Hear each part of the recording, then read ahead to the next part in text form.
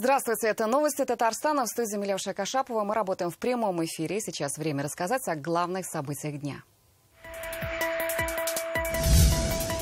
Важная работа. Рустам Нургалиевич говорит, что здесь будет прекрасная рекреационная зона. Да, впервые. Это просто сказка. Что в Татарстане осмотрел российский вице-премьер Виктория Абрамченко, расскажет Дмитрий Аренин. 12 гектаров заброшенной земли, 2000 гаражей. Вот и гараж мой остался один тут, а остальные все разрушены у меня. Кто в ответе за Азнакаевский гаражный кооператив «Спутник», выясняла Адель Закирова. Развитие беспилотников и интеллектуальных транспортных систем. Очень важно дать пользователю, который находится за рулем транспортного средства, быстро информацию. О чем говорили во второй день форума Kazan Digital Week, расскажет Рамиль Галиулян.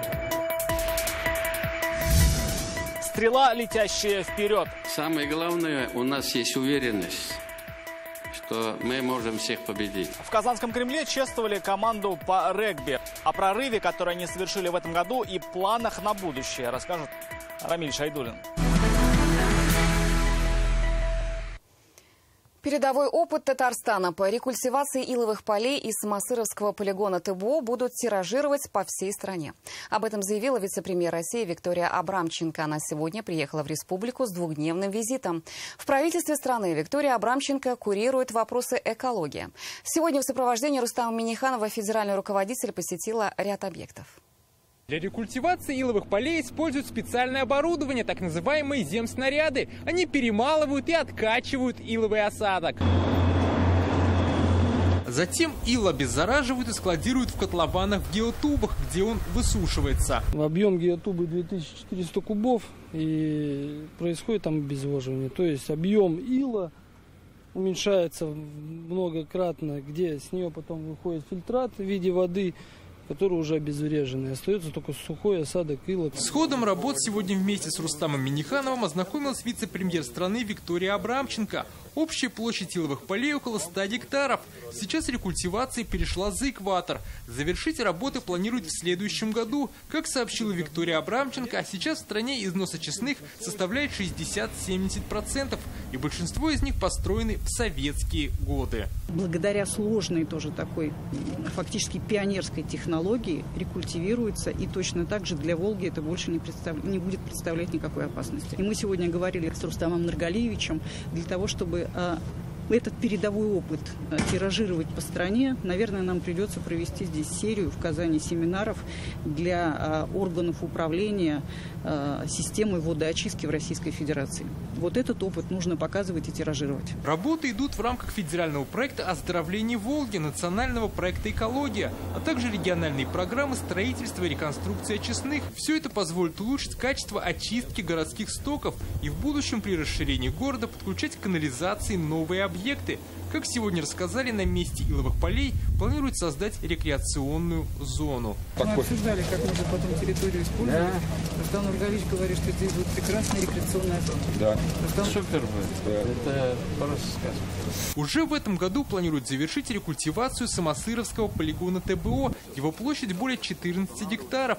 Объект также посетил Виктория Абрамченко. Работы здесь идут по федеральному проекту «Чистая страна». После рекультивации положительный эффект почувствует более 300 тысяч жителей. Одна из приоритетных задач – внедрение системы активной дегазации, которая позволит максимально исключить выброс свалочного газа в атмосферу. Начали мы его реализовывать с 2021 года. Завершится в этом году полностью его рекультивация. Ну и на самом деле проблема по его рекультивации назрела давно. То есть приходили и обращения граждан на неприятный запах. Также Виктория Абрамченко посетила стройплощадку завода по энергетической утилизации отходов. Инвестор его начал возводить в 2017 году. Затем из-за пандемии процесс затормозился. Сейчас идут переговоры с китайцами по поставке оборудования. По заявлениям компании, китайские партнеры дают те же технологические решения, которые давали западные партнеры. Но в этом нам предстоит убедиться через прохождения повторной экологической экспертизы. Я могу заверить жителей Казани, что мы не допустим строительства такого завода в случае, если параметры, которые были изначально заявлены и прошли экологическую экспертизу, будут нарушены. Как отмечают, после завершения переговоров станет понятно, когда может быть построен завод. Сейчас сделан фундамент основных помещений. Дмитрий Айрин, Адель Мендубаев, Данил Филатов, ТНВ, Казань. Сегодня Виктория Абрамченко в сопровождении Алексея Песошина осмотрела набережную озера Кабан. Здесь российскому вице-премьеру презентовали республиканскую программу развития общественных пространств. По ней в этом году в Татарстане благоустраивают 68 объектов. Из бюджета республики выделено более 2 миллиардов рублей. С 2015 года новый облик обрели 367 общественных пространств. Общая сумма вложения почти 19 миллиардов рублей.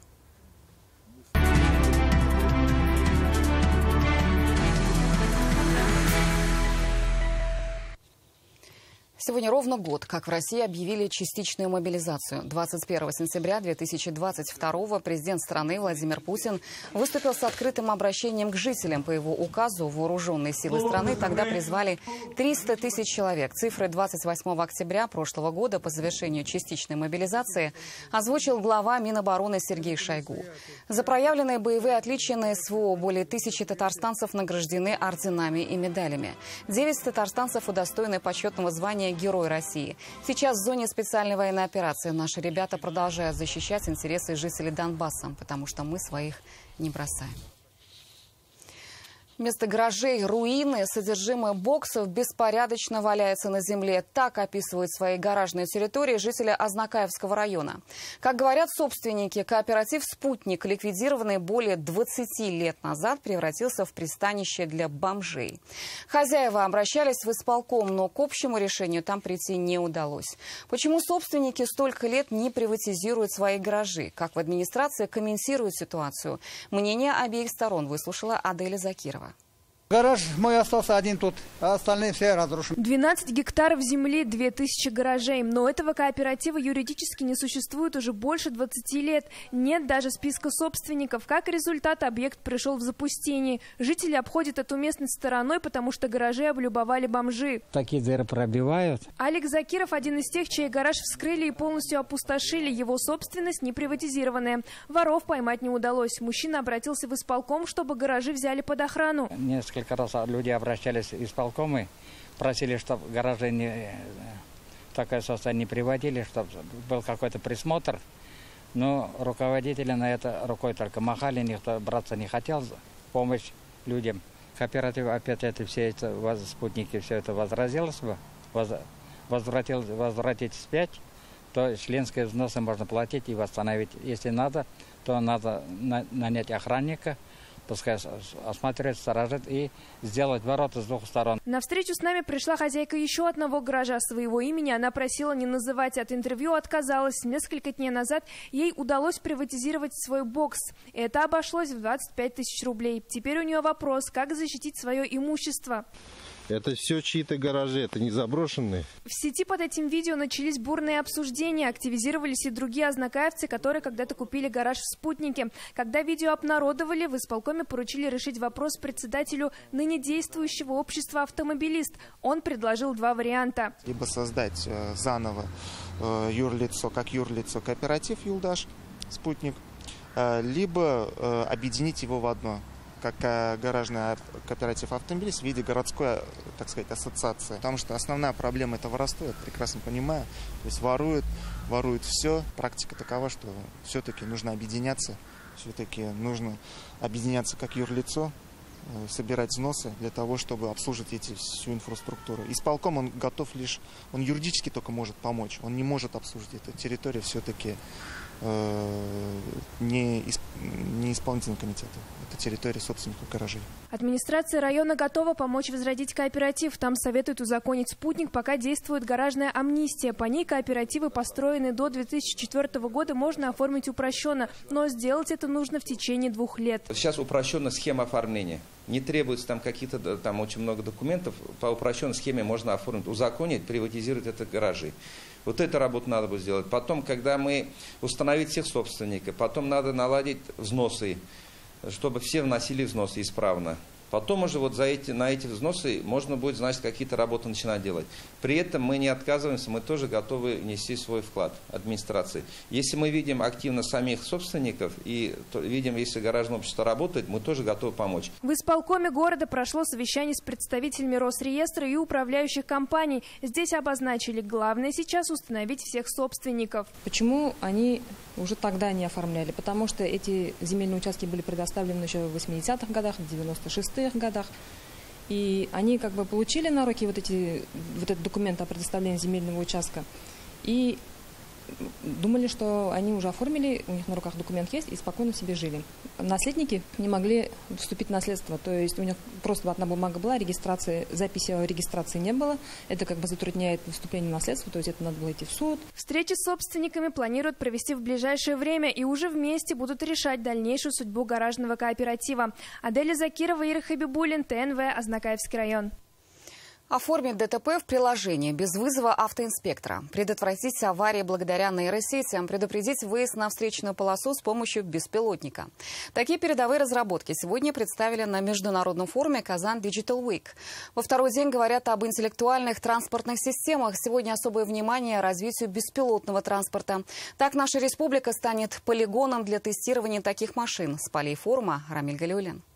Сегодня второй день международного форума Казан Digital Week. Программа насыщенная. С утра до вечера проходят мастер-классы, дискуссии и круглые столы. Особое внимание интеллектуальным транспортным системам. Казанская компания представляет систему непрерывного выявления дорожных инцидентов. При обнаружении искусственный интеллект автоматически предупреждает водителей об опасности с помощью табло. Сервис уже используют на участках трассы М12. Планируют применять и в Татарстане, в том числе на новой дороге Шали-Бавлы. Это программно-аппаратный комплекс отечественной разработки.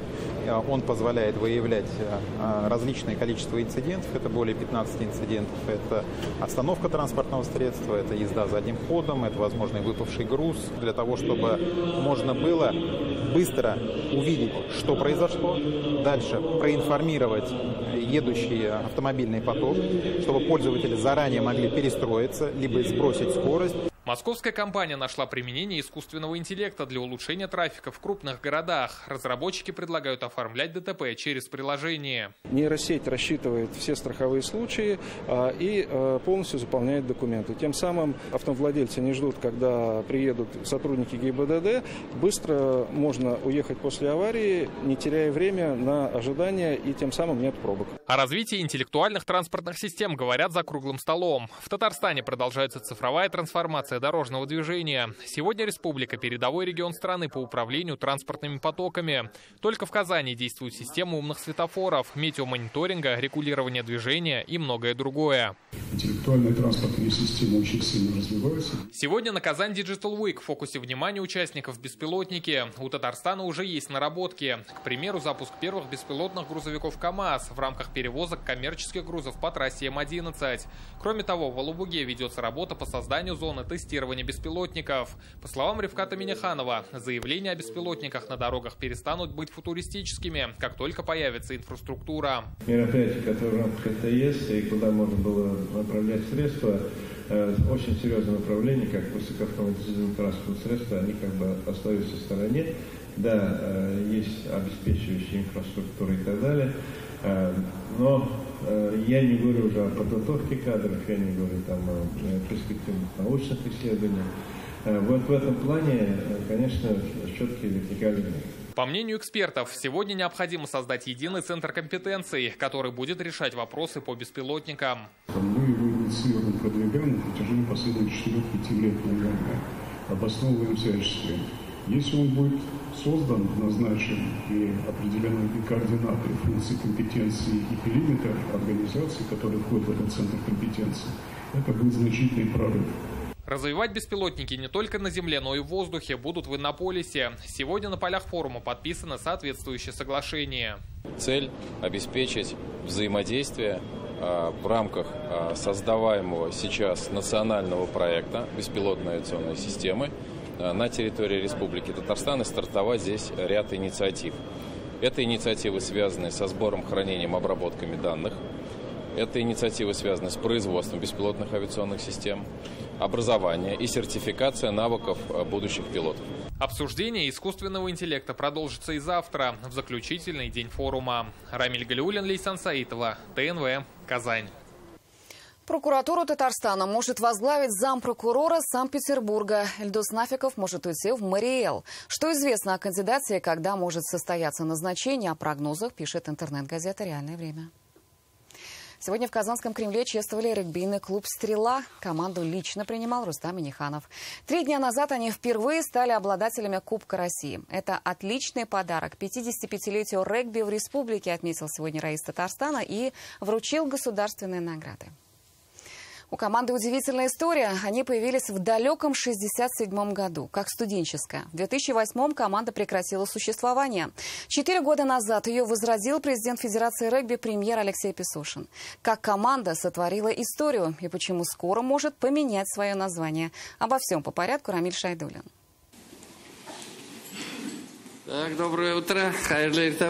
Присаживаемся, коллеги. Они не привыкли сидеть на месте. В последние 4 года только и делали, что тренировались и соревновались с сильнейшими командами страны. Сегодня день особый. Самое главное, у нас есть уверенность, что мы можем всех победить. Не только кубок.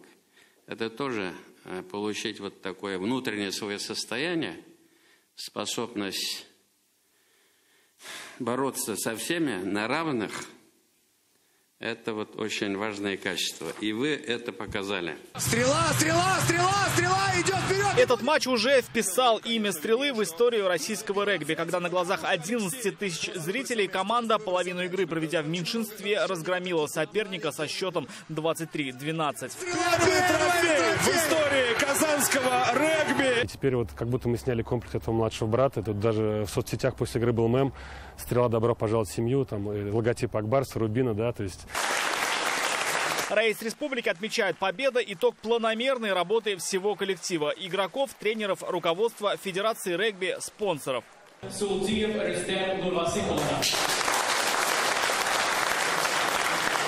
Постепенно идти к этому, совершенствоваться,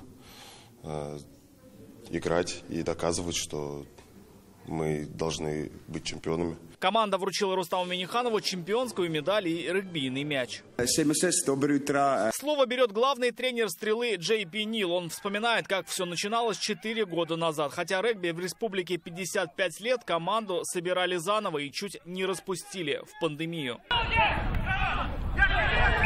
Лишь благодаря личной помощи Раиса и премьер-министра «Стрела» продолжила путь к цели. С того времени на их базе все условия для побед. Все создано, все отлично. Ну, все сделано, чтобы команда побеждала. Теперь, когда у команды есть такой кубок, они думают об имени, прочно ассоциирующемся с республикой. Предложение озвучили Раису. И было бы здорово, если бы вы разрешили, чтобы наша команда тоже стала носить название Акбарс. Рустам Минниханов выразил уверенность, татарстанские регбисты будут и дальше радовать республику убедительными победами. Рамиль Шайдуллин, Рамзиль Гарипов, Владислав Поташников, ТНВ, Казань. В Татарстане продолжаются работы по модернизации сетей связи для магистральных нефтепроводов. Волоконно-оптическую линию передачи вдоль 2 магистралей прокладывает Волгокамский филиал «Связь Транснефти». Тяжелая техника, оборудование и рабочие. Специалисты Волгокамского филиала «Связь Транснефти» работают в Актанышском районе на переходе реки Белая, роют траншеи и прокладывают кабель открытым способом. Зона ответственности Паисовского цеха, план 160 километров, выполнена по процентным соотношениям на 92%. Остается на речном переходе открытым способом 300 метров, установка указательных знаков 58 штук на речном переходе. Выполнена монтажная работа на пунктах контроля управления 9 штук. Ведутся пуско-наладочные работы. Общая протяженность линий передач больше 500 километров. Связь Транснефть планирует провести трассу через Татарстан, Башкортостан, Удмуртию и Пермский край. Волоконно-оптический кабель позволит создать сеть с высокой скоростью передачи информации. После завершения всех работ линии объединят 38 объектов Транснефть Прикамье. Вот в эксплуатацию новой волоконно-оптической линии передачи обеспечит магистральные нефтепроводы акционерного общества «Транснефть Прикамье», такие как Пермь-Альметьевск, Пермь-Оса, высокоскоростными широкополосными каналами производства технологической связи. Будут предоставлены современные мультисервисные услуги связи с возможностью резервирования канала связи для аквапункта «Транснефть Прикамье». Оборудованный новой сети подключается к единой системе мониторинга и управления акционерного общества «Связь Транснефть». Это город Москва. Новую волоконно-оптическую линию передачи на участке 6 нефтеперерабатывающих станций Калейкина, Муслюмова, Белая, Уральская, Оса и Башкултаева планируют сдать в конце года. Мы продолжаем рубрику, посвященную Году национальной культуры, традиции «Айда Татарстан». Сегодня отправимся в Лаишевский район. Здесь каждый год отмечают каравон, и так уже 20 лет. Праздник стал общереспубликанским событием русской культуры. Все краски хоровода и вековые традиции гуляний. Сейчас покажем.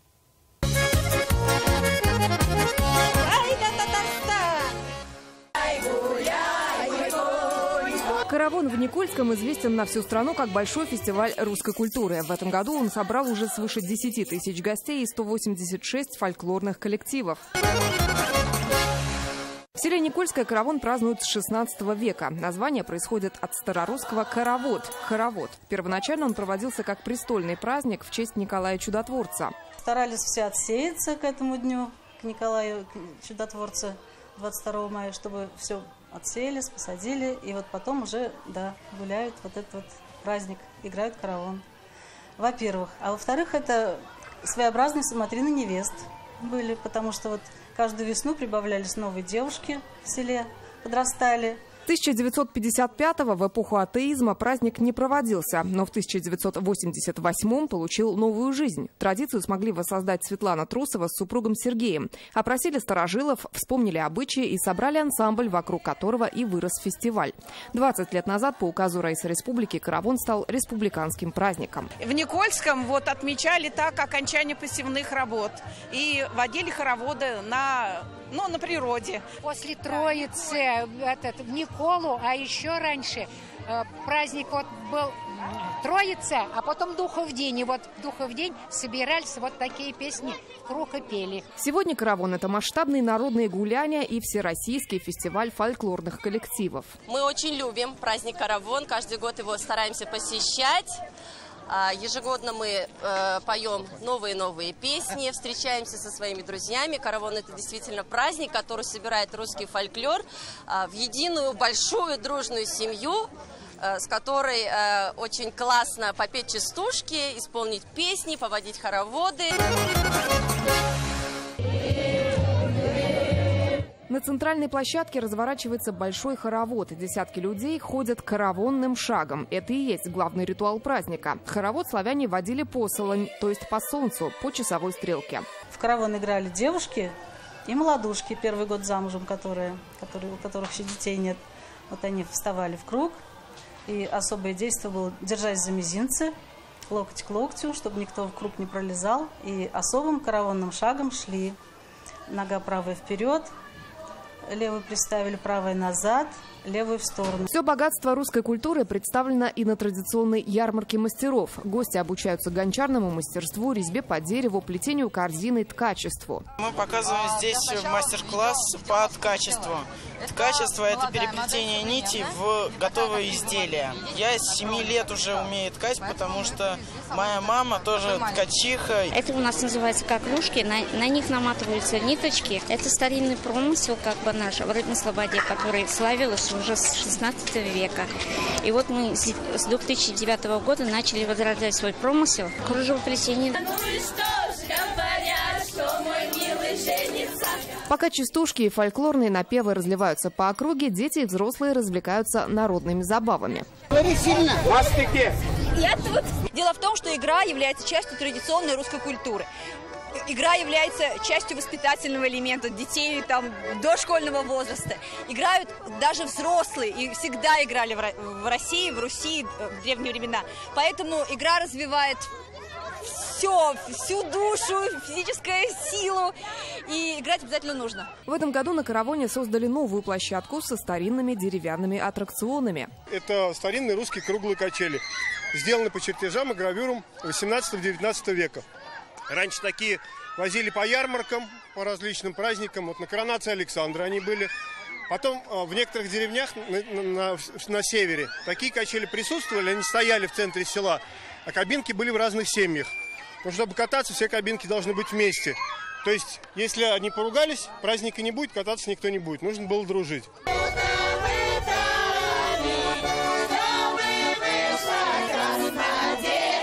старину каравон гуляли 3 дня. Сейчас все любители русского фольклора и традиций собираются на татарстанской земле раз в год на празднике, который стал одним из брендов республики.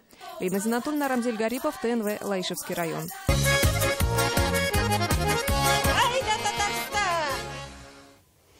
Это были новости Татарстана. Еще больше информации в нашей группе ВКонтакте и телеграм-канале. Далее прогноз погоды с Динаром Бадрудзиновым. До встречи в 21:30.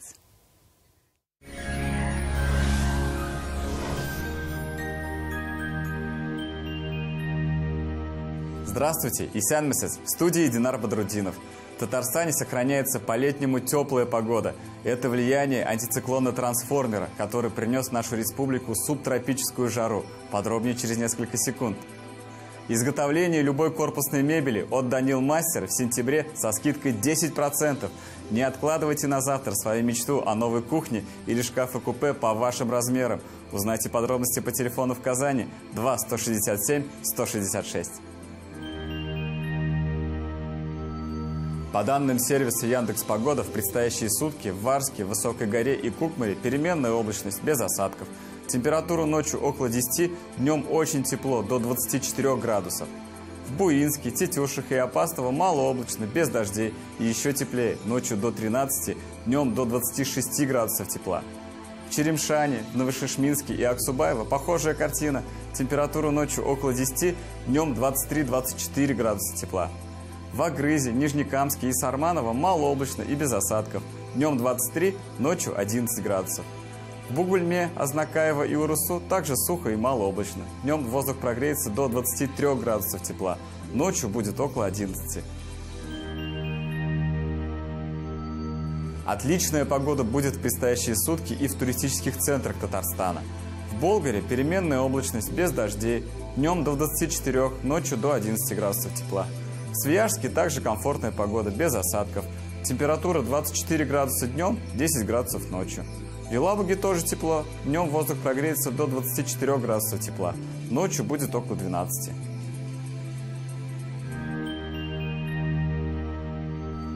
Банк Аверс оказывает весь спектр банковских услуг для частных лиц и корпоративных клиентов.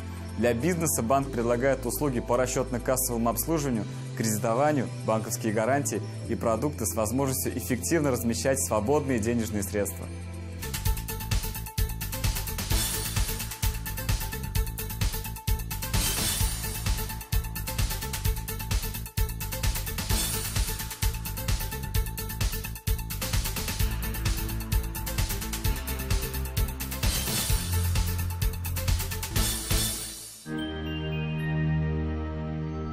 В столице Татарстана в предстоящие сутки будет погода по-настоящему летней. Температура днем поднимется до 24 градусов тепла. Ночью будет 13 градусов.